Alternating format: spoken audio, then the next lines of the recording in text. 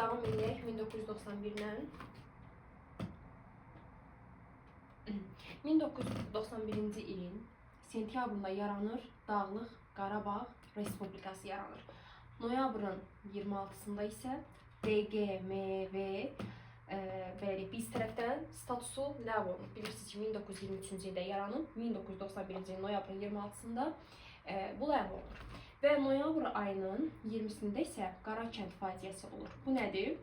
Qarakənd faciəsi, yəni Xocabənddə ermənilər qırğınlar edir və bunu məsələni araşdırmağa gələn bəzi dövlət nümayəndələri, məsələn, Sovet Rusiyasının Müdafiə Nazirliyi olsun, ümumiyyətlə orada Qazaxıstandan, Rusiyadan bir neçə şəxslər gəlir vertolyotla.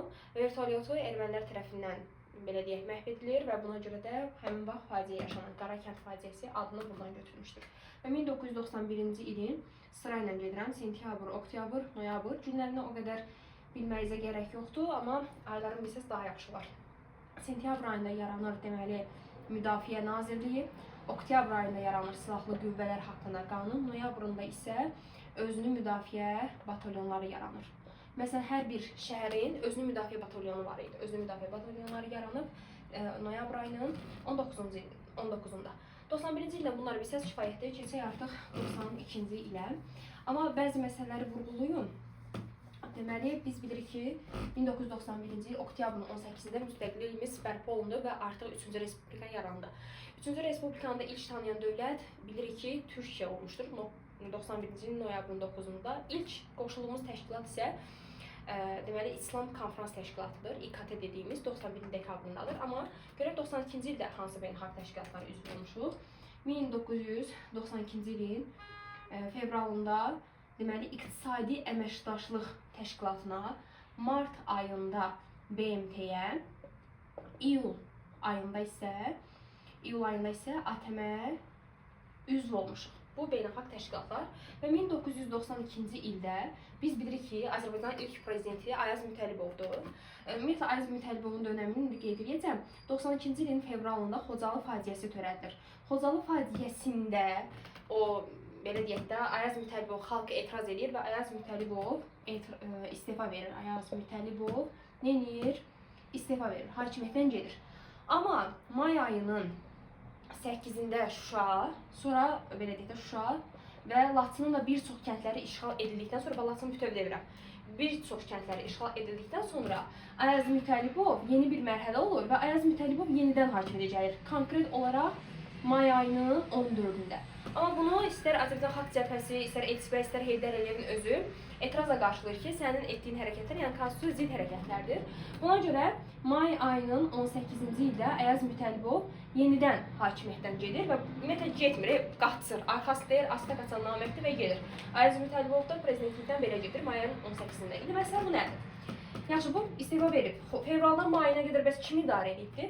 Həmin vaxt idarə edən şəxs Yaqub Məmmədovdur. Yaqub Məmmədov həmin vaxt idarə edib, parlamentin sədridir. Mayın 18-də bu getdikdən sonra iyun ayına qədər, 7 iyuna qədər isə idarə edib İsa Qəmbərovdur. Yəni prezident vəzifələrini kim idarə edib? İsa Qəmbərov. O hissələrə fikir verir. Və 92-ci ilin iyun ayından 93-cü ilin iyun ayına qədər Azərbaycan Respublikasının prezidenti olub Əbülfəz Elçibəy. Həm də bu Azərbaycan Xalq Cəbhəsinin, Azərbaycan Xalq Cümhuriyyəti deyil, Azərbaycan Xalq Cəbhəsidir, onun parlamentdir. Onun rəhbəri olubdur. 93-cü ilin iyununda deməli Heydər Əliyevin Azərbaycan belə deyək, Ali Sovetinin sədri olur, Ali Sovetin sədri olur. Amma 93-cü ilin oktyabrından 2003-cü ilə qədər prezident olmuşdur. Və 2003-cü ildən 5-ci də 5 dəfə prezident seçilsə İlham Əliyevin dönəmi düşür. Yəni ümumiyyətlə desək, bunları yazandan sonra bax 90-ın mayında dedik ki, prezident vəzifəsi icra olunur. 90-ın mayından 92-nin mayına qədər Əbülfəz Elçibəy. 92-nin mayından iyuna qədər İsa Qəmbərovdur. 92-nin iyunundan 93-ün iyuna qədər heç də yaddan çıxılası bir hadisə deyil, yəni çox rahat yadda qalır. 92-nin iyunundan 93-ün iyununa qədər Elçibəydir, 93-cü iyundan oktyabra qədər Ali Sovetin sədri olub, sonra oktyabrda artıq prezident olubdur. 2003-cü ilində oktyabrın 15-də isə İlham Əliyev seçiləcək. Yaxşı, bunlara qeyd edəndən sonra artıq biz başlayaq 1-ci Qarabağ müharibəsinə. 1-ci Qarabağ müharibəsi ümumiyyətlə başlayıb 1988-ci ildə bitibdir. 1994-cü ilin may ayında. 12 mayda. İndi 88 ümumiyyətlə ermənilərin təxribatları var. Bu təxribatları 40-cı illərdə də olub, 50-ci illərdə də olub, 60-da da olub, 70-də də olub, 80-ci illərdə də olub. Yəni 90-cı illərdə artıq daha da şiddətlənibdir bu ermənilərin təxribatları. Bu hadisələri nə formada deyirəm, o formada yadda saxlayın. Baxın, qeydiyyatı gedir. Aha, yaxşı. İndi başlayırıq, yazırıq 1992-ci ildə. 1992. Görək 1992-də nə hadisələr olub. Üzr istəyirəm. 1992-ci ilin yanvarında Şuşanı ermənilər mühasirəyə alır. Və mühasirəyə aldığına görə burada başlayır Daşaltı əməliyyatı. Daşaltı əməliyyatı. Diqqətlə yadda saxlayın. Bu əməliyyatımızın adı Daşaltı əməliyyatıdır. Şuşanın mühasirəsinə görə yaranıb. Nəticədə Daşaltı əməliyyatı uğursuz olmuşdur. Bax, daş sözündən yadda saxlayın. Birazdan deyəcəm hansı sözləri yadda saxlayın. Daşaltı əməliyyatında biz uğursuz olmuşuq. Və həmin vaxt, yəni nəticə etibarı ilə yanvar ayında bir çox ərazilər, hansı ərazilər? Aşağı və yuxarı Quşçular kəndi, Malıbəyli. Bax, bunların hər biri yanvar ayında. Bunların hər biri işğal olunubdur. Gəldik fevral ayına. Fevral ayında Qaradağlı kəndi, Xocalı faciəsi 25-dən 26-da Xocalı faciəsinə görə Ayaz Mütəllibov hakimiyyətdən getmişdir. Onu yadımızda saxlayırıq. Xocalı faciəsi haqqında birazdan geniş məlumat verəcəm. Və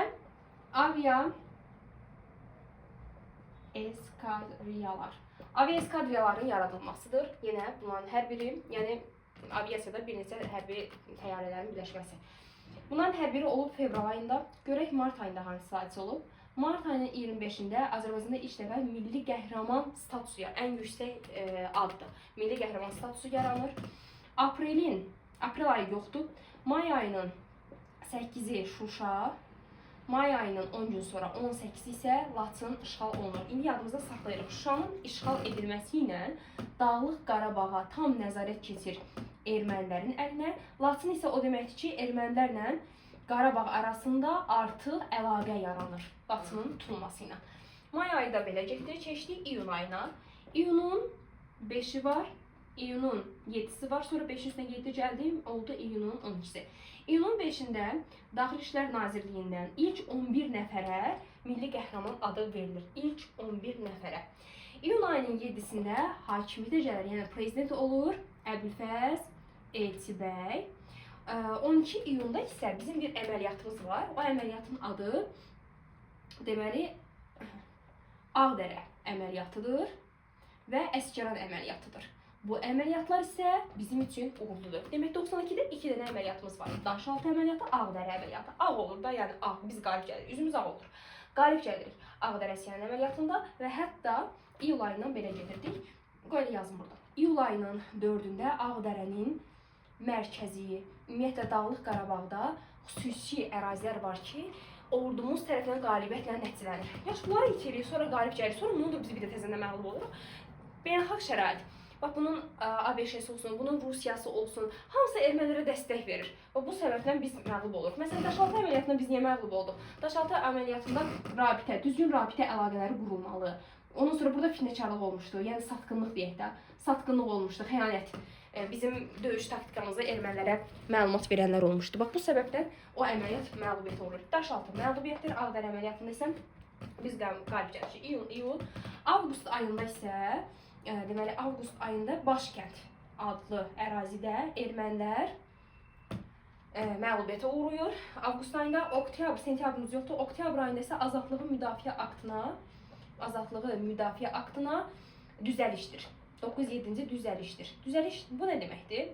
Deməli, ABŞ Azadlığı Müdafiə Aktına, məsələn, hər hansısa bir ölkələrə humanist yardımlar edir, silah yardımı və s. da humanist xüsusilə yardımlar edir. Amma güya ki, biz erməniləri blokadaya almışıq. Bu səbəbdən həmin o yardımı dayandırır. Nə vaxt? 92-ci ilin oktyabrında.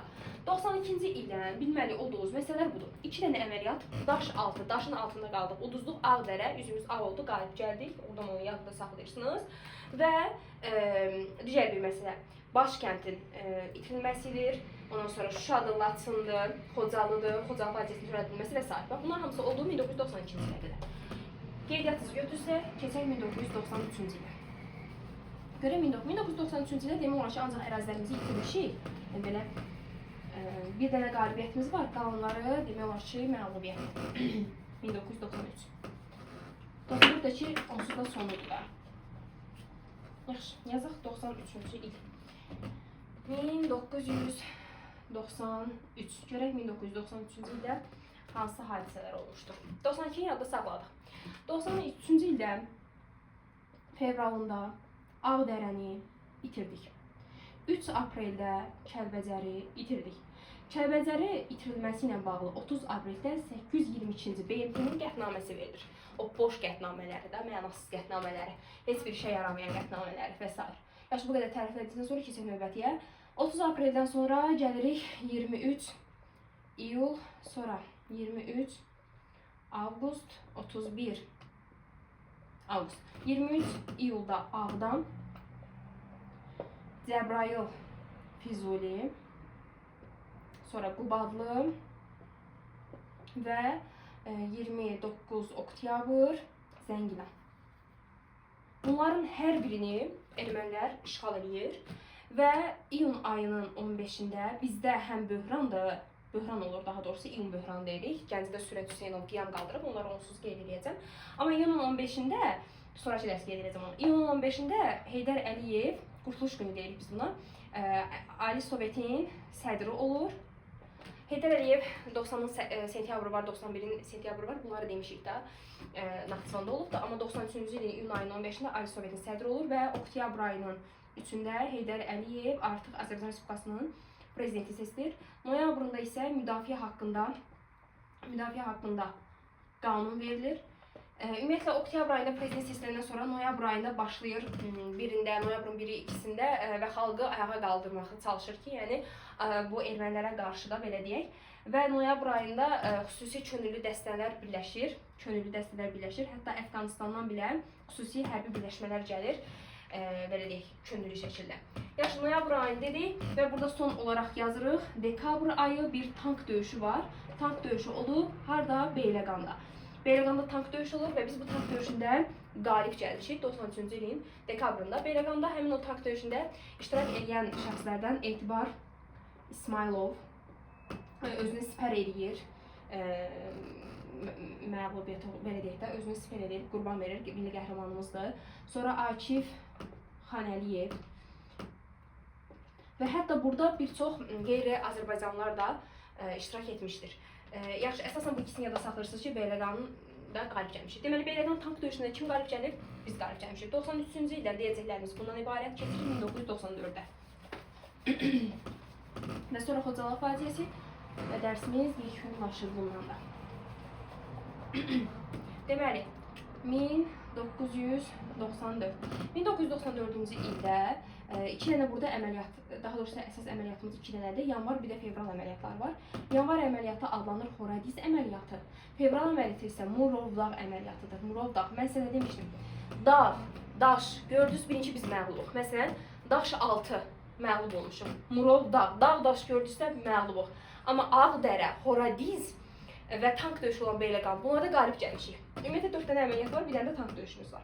Horadiz əməliyyatına qalibik, Murovdağ əməliyyatına məğlubuq. Qalib olmuşuq, neyləmişik? Bax, bu sözə fikir verin. Horadizin qəsəbəsini, bax, kət demirəm, ha, qəsəbə deyirəm. Qəsəbəsi, Cəbrayıl, Füzuli, bir də Kəlbəcər. Bax, bu üçünün kəndlərini, amma hamısını yox da, bəzi kəndlərini azad edirik və burada 4000 nəfər ermənini öldürmüşük. Hərbiçilərini məhv eləmişik. Bu belə Murovdağda, Murovdağ harda olur? Kəlbəcər istiqamətində olur. Burada da Murovdağ dağ olduğuna görə, hava şəraiti kəskin keçdiyinə görə biz burada məğlubiyyətə uğramışıq. Və nəhayət may ayında Bişkek protokolu imzalanır, Bişkek protokolu və may ayının 12-sində atəşkəs imzalanır. Buna da Qarabağ müharibəsi, yəni 1-ci Qarabağ müharibəsi yekunlaşmış olur. Nəticədə ümumiyyətlə biz 20 mindən çox şəhid vermişik. Bunun 5 mindən çoxu əlildir. 4 mini itkindir. 1 milyondan çoxu qaçqın olmuşdur. Və belə deyək də, yəni başımıza gətirilən oyunlardır və biz bunların qisasını da layiqincə almışıq 2-ci Qarabağ müharibəsində. Yaxşı. Bu belə gələk Xocalı faciəsi haqqında bir neçə məlumat verək. Niyə məhz Xocalıda bunlar qırğın elədilər? Yəni məsələ nə idi? Məqsəd nə idi? Bunlar niyə də digər ərazilərdə yaxşı qırğın eləmişdiniz? Niyə gedib deyək ki, Xocalıda qırğınlar eləyirdilər? Məsələ nədir? Xocalı faciəsi 20 yanvar demişdim ki, Əbdürrəhim bəy Vəzirovun dönəminə düşür 1990-cı ildə, amma Xocalı faciəsi prezident Aziz Ültəbovun dönəminə düşmüşdür. Xocalı faciəsi 1992-ci ilin fevralın 25-dən 26-sına keçən gecə baş verir. 366-cı Mota Atıcı alayının rəhbərliyi ilə olur. Xocalı nə görə məhz Xocalı seçilmişdir? Ümumiyyətlə insanlarda psixoloji təsir yaratmaq istəyirlər. Xocalıda qırğın eləsələr, o deyəcəklər ki, ermənilər burada bu günə qoyublar, demək ki, digər ərazilər də bu günə qoyacaqlar. Yəni psixoloji təsir yaratmaq üçün. Və Xocalı strateji ərazi idi. Yəni digər ərazilərə belə deyək də yol açırdı Xocalı. Çox mühüm strateji məntəqə idi. Sonra Xocalıda aeroport var və Xocalıda aeroportun, yəni hava limanının olması da mühüm əhəmiyyətini göstərir. Və həmçinin Xocalı Xankəndindən 10 kilometr şimal-şərqdə yerləşir. O faciənin ərəfəsində 7000 əhalisi var idi. Yəni Xocalı faciəsi törətməmişdən qabaq Xocalının əhalisi 7000 nəfər idi və burada Xankəndindən gələn deyək ki 18000-dən çox qaçqının özü, Özbəkistandan xüsusilə Fərqanə şəhərindən buraya bir çox türklər, Axıska türkləri gəlmişdi, o yazım. Deməli Axıska türkləri hardan gəlmişdi? Axıska 400-dən çoxdur. Səhv eləmirəmsə 498-dir ya 87-dir. Təxminin yadımda deyil, 400 plus yazıram. Axıska türkləridir. Hardan gəlib? Özbəkistanın Fərqanə ərazisindən. Sonra elə Xankəndinin özündən 18000-dən çox qaçqının hamısı yox da, yəni bir hissəsi Xocalıya gəlibdir. Və deportasiya nəticəsində yenə 1500 nəfər isə deportasiya nəticəsində Xocalı ərazisinə gəlib orada yaşamışdı. Dediyim kimi, ümumiyyətlə əhalisi isə 7000 nəfərə çatırdı və burada aeroportun olması, strateji olması belə bunun üçün əhəmiyyətli məntəqə olması idi. Və Xocalıda qırğınlar törədilir. Nəticə etibarilə 613 nəfər öldürülmüşdür, 1275 nəfər girov götürülmüşdür, ondan sonra 487 nəfər əsirdir, 63 nəfəri bunun uşaqdır, bəli, uşaq qadın bunlar üçün fərq yoxdur, çünki erməni də özünə layiqcə hərəkətlər edir, 63 nəfəri uşaqdır, ondan sonra burada ümumiyyətlə 8 ailəni isə, belə demək olar ki, tamamilə məhv etmişlər, 25 nəfər uşağın həm atası, həm də anasını qətl eləmişlər, 130 nəfərdən çox uşağın isə deyək ki, ya atası ya da anası belə deyim, öldürülmüşdür. Xocalı faciəsində bir çox qəhrəmanlarımız var. Onları məsələn dünyaya çatdıran Çingiz Mustafayevdir. Çingiz Mustafayev yəni sübutanı göstərmişdir. Və Əlif Hacıyev adını xüsusilə vurğulamaq lazımdır. Bu ümumiyyətlə Xocalı aeroportunda belə deyək də daxili işlərin rəisi olmuşdur və o birinci insanlara kömək edir ki, oradan uzaqlaşsınlar Ağdam ərazisində. Ağdamın kəndi var, oradan uzaqlaşsınlar, amma sonra yenidən özü döyüşə qatılaraq və həlak olmuşdur Əlif Hacıyevin özüdür. Sonra Tofiq Hüseynovdur, bax, sırf Xocalı faciəsinə iştirak edənlərdir. Bu da Xocalıda özünün müdafiə batalyanlarının rəhbərlərindəndir. Bu da özünü siper eləmişdir. Yəni, belə deyək, həm özünü, həm də ətrafdakı erməniləri öldürmüşdür. Ondan sonra Ələsgər Novruzlu var. Sonra nə bilim bir çox şəxslər də yəni xüsusilə burada iştirak eləmişdir. Adil Rəslan Quliyevdir. Adil Quliyev və s. Yəni bunlar Xocalı faciəsinə iştirak edən şəxslərdir. 1994-cü ildən etibarən artıq Xocalı faciəsi günü kimi qeyd olunmuşdur. 1997-ci ildə sükut dəqiqəsidir. Hər deməli 26 fevralda sükut dəqiqəsi saat 17:00-da bunu qeyd olunur. 2008-ci ildən etibarən isə xüsusilə də Leyla Əliyeva 2008-ci ildən etibarən yəni Xocalıya ədalət kampaniyası başlayır. Xocalıya ədalət kampaniyasının başlamasıdır. Rəhbərlərindən biri də Leyla Əliyevadır. 2008-də onu yadda saxlayırıq və başqa nə deyə bilərik Xocalı faciəsi haqqında? Deyə biləcəklərim bunun ibarət. Amma nəticədə biz xalqımız və ordumuz nəticədə bu faciələrin intiqamını mı deyim, bunların o hərəkətlərini mi deyim, qarşısını almışdır. Yəni nəticə etibarilə qələbə bizdə olmuşdur. Və Xocalı faciəsinin törədilməsində orada ermənilərin başları var. Sarkisyanı xüsusilə vurğulamaq istəyirəm. Sarkisyan deyir ki, biz Xocalı faciəsini törədənə qədər onlar elə bilirdilər ki, biz uşağa, nə bilim axı, belə deyək də, o silahsız kəslərə öldürməyəcəyik. Amma biz Məhəmməd Əlidin oxuyuruq ki, özü birbaşa əmr verib ki, yəni fərqi yoxdur da, qadınlı, uşaqlı, qocalı hamını qətlə yetirilməlidir. Bu şəkildə Birinci Qarabağ müharibəsi 1988-də başlayır, 1994-cü ildə bitir. Heydər Əliyevin atəşkəs imzalaması ilə atəşkəs imzalayır və ordumuz yenidən güc toplayaraq 2020-ci ildə istər digər müharibələr olsun, 2016 aprel döyüşləri olsun, 18 günlük əməliyyat olsun, 20 Tovuz döyüşləri olsun və nəhayət 2020-ci il Vətən müharibəsində biz bunların belə deyək də layiqincə cəzalarını vermiş olduq. Dərsimiz bu qədər.